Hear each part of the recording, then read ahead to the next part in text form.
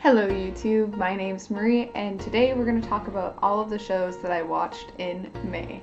So usually I'm a lot more prepared for a video than I am right now. Usually I've made a list, usually I write things down as I watch them.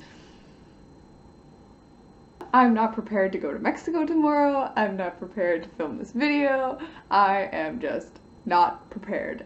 It was the same thing when I went to New Orleans, and it was the same thing when I did my last month wrap up, and I hope it's not going to be a trend where as I get older, I become less and less prepared for things. I don't like feeling like this.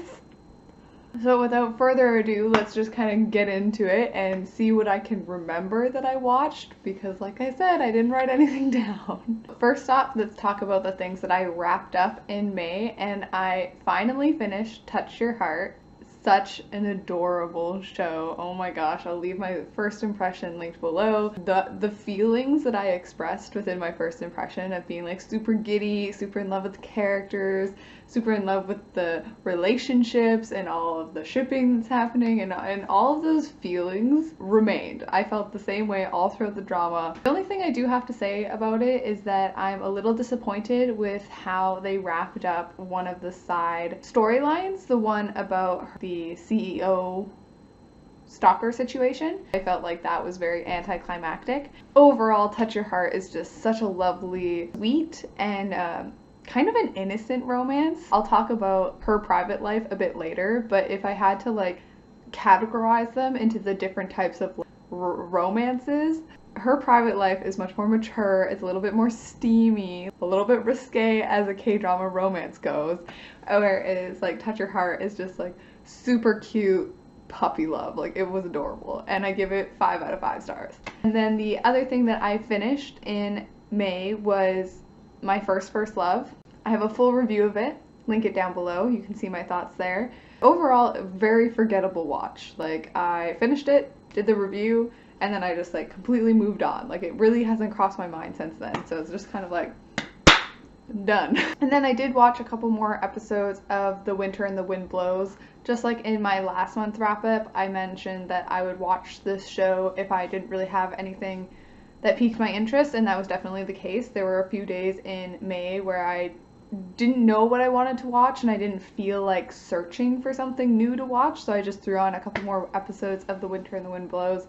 I feel like now at this point I've gotten past it. Like, I don't think I'll be returning to The Winter and the Wind Blows to finish it, even if I have nothing else to watch. Like, I think I'm done with it.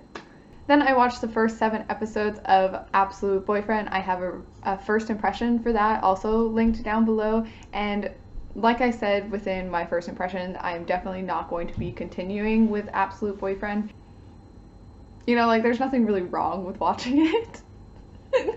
But there's no like real drive within the story for me to keep watching. Then I had a wonderful recommendation within my like this and that recommendations video. I asked you guys to recommend me a historical K-drama. I'm getting really giddy just thinking about this show, and I put on Empress Ki. Oh my god, I can't believe I slept on this show for this long.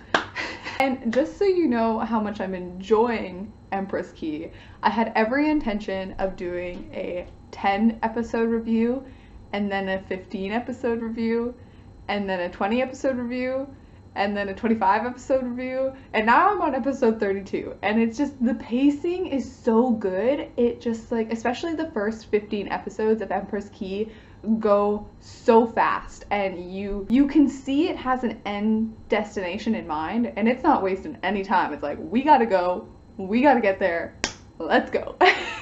And if you don't know, by chance, say you have been like me and this show came out several years ago, I believe Empress Ki is a 2014-2015 release. It is about, or rather tells the epic storyline of a woman who is torn between her home kingdom and an empire, and the powerful men involved with those kingdoms. Yeah, I think that's the best synopsis I can give without spoiling too much. Someone let me know is this based off of a true story or like based off of a real historical figure? Like, is Empress Ki an actual person?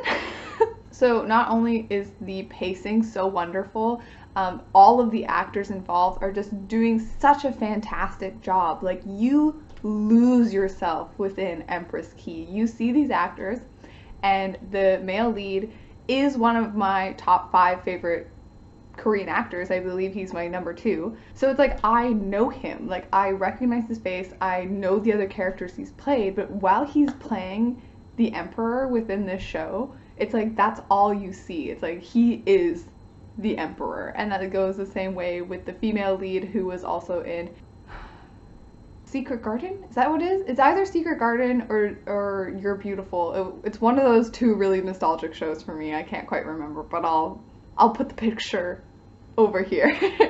And she's also doing a really good job. At the beginning of Empress Ki, her character has really pulled herself up from nothing and made a name for herself as disguised as a boy.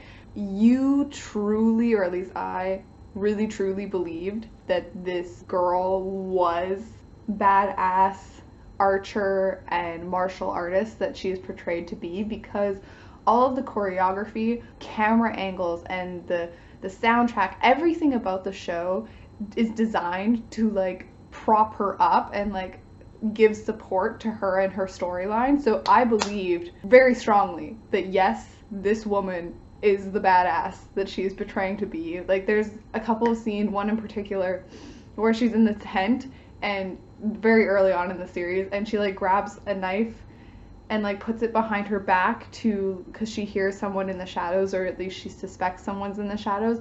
And the way it's all filmed and like the fluidity of that motion, it just felt so familiar, like she had been doing it her entire life. And I was just like, wow.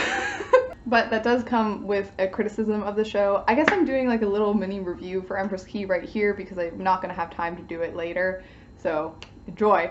But that does come with a little bit of a criticism, because I believe her as girl disguised as a boy warrior so much that when she eventually does go to the palace, it feels very jarring almost, because you believe it so much that how she acts in the palace is almost too easy. It's like, shouldn't you have a little bit more of a transition period between living as a man and then living as a woman? Like, it just seemed way too easy. The writers are going into Mary Sue category. I hate to say it because I am so in love with her character, but she really is great at everything. I can't think of an actual character flaw. And yes, she's become bitter and angry because of the things that have happened to her, but she uses those to fuel her progression, and like, they're still good. You know, like, there isn't a real character flaw. Like with the Emperor, oh yes, I can name quite a few character flaws. And like with the King, yeah, I can think of a couple as well. But with her, it's like, she's definitely Mary Sue. She's a great strategist. She's now a musician, and she's now like a refined court lady. It's like, that happened way too fast. Like, stroll in after, what, 2 months? And that's another thing. The pacing, or not the pacing, because I think the pacing is really good. Because the pacing, as you watch it, is very engrossing. You just want to keep watching it all the time, which I have done. It's the timeline. I'm confused sometimes at how much time has passed, which is frustrating because there's a character in the show who becomes pregnant very early on, and that is like a writer's gift. You know, like, you can very clearly show the progression of time based on how pregnant someone looks, and they don't utilize that at all. Time is weird within Empress Ki. So if you haven't watched Empress Ki, and for some reason you've been sleeping on it like I have, because at the time when I was getting into K-dramas, it was around 2016, 2017, so if there was hype for this show, I definitely missed it. I had heard of it before, but all I saw at the time was a 51 episode K-drama that was politically heavy, and the historical K-dramas that I had put on at that time, I thought were really slow and devoid of a lot of emotion because of how politically heavy they were. So I looked at Empress Ki and I was like, ew. No. Now was the perfect time for me to watch it because I'm loving it so much. So the other thing that I put on in May was I watched one episode of Abyss. Had seen the synopsis and posters for Abyss previously and had zero interest in them. Like, nothing about the marketing for Abyss made me put it on. I saw a clip with the two leads from The Smile That Has Left Your Eyes, and I'm a real big fan of the female lead within that show, and so like I got quite excited when I realized that she was also in Abyss. So those two actors, side actors, not even the leads within Abyss, are what made me like want to put Abyss on. And I watched the first episode and oh my god, it's structurally a mess. Nothing is super clear within Abyss, and like the first episode, like when you put on a show, you want there to be questions. You want to have your interest piqued and you want to find the answers to your questions. But these were questions about logistics of the show. And I'm not up to date with her private life. I'm on episode 13, but I believe there's 16 out at the moment. And that is truly because I got sucked into Empress Ki, like just completely drawn in. Jumped into the deep end. Like, that's all I've been watching for like the past 2 weeks. It's just like Empress Ki, Empress Ki, Empress Ki. And it's so good that I want my boyfriend to watch it and I want my parents to watch it, because I feel like once they finish Game of Thrones and realize the shitty ending that is Game of Thrones, they're gonna be like, well, what do I watch now? And I'm gonna be like, Empress Ki. So let me know down below what you really loved within May, and if you're like gonna roll over and keep watching it next month, because I have like a good 20 episodes left of Empress Ki. Color me excited. Alright, that's everything from me. Have a good day, have a good night, bye.